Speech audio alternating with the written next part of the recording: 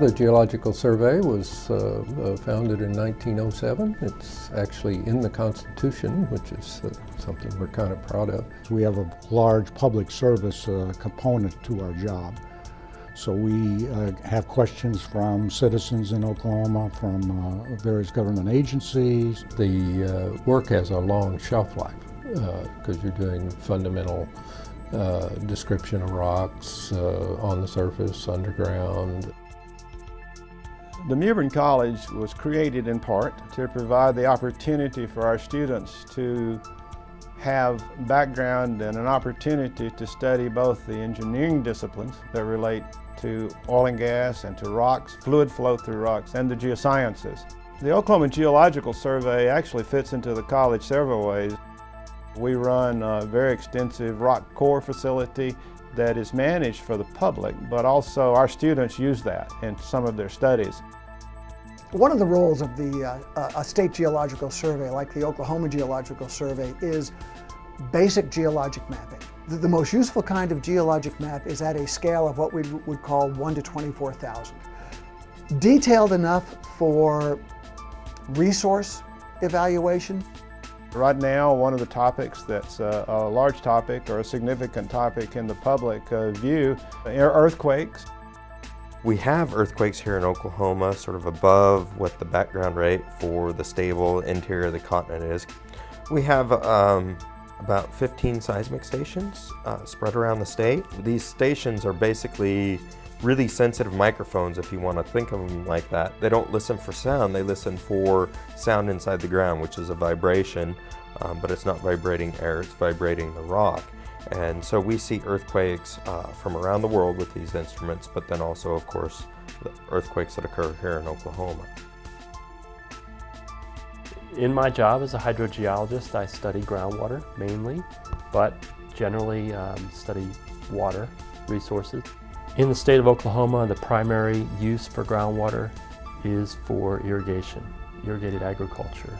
Secondary water user is for public water supply. My role, I think, is to try to identify the major water issues that the state faces and find the overlap between water issues and geology. Ken Luza's work in the lead zinc district is a major environmental effort, one of our major environmental efforts, because that's a Superfund site. Water began discharging from a borehole in Commerce in November of 1979, and it was designated as the Tar Creek Superfund site.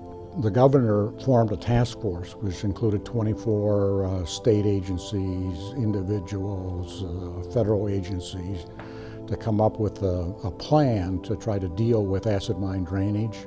EPA is trying to remediate the outlying areas to reduce or shrink the size down to something manageable. The Oklahoma Geological Survey differs in some ways from a lot of state surveys. Certainly the eastern state surveys, we have a strong oil and gas influence. Well, the oil and gas industry is, of course, huge part of Oklahoma's history and past and present and future.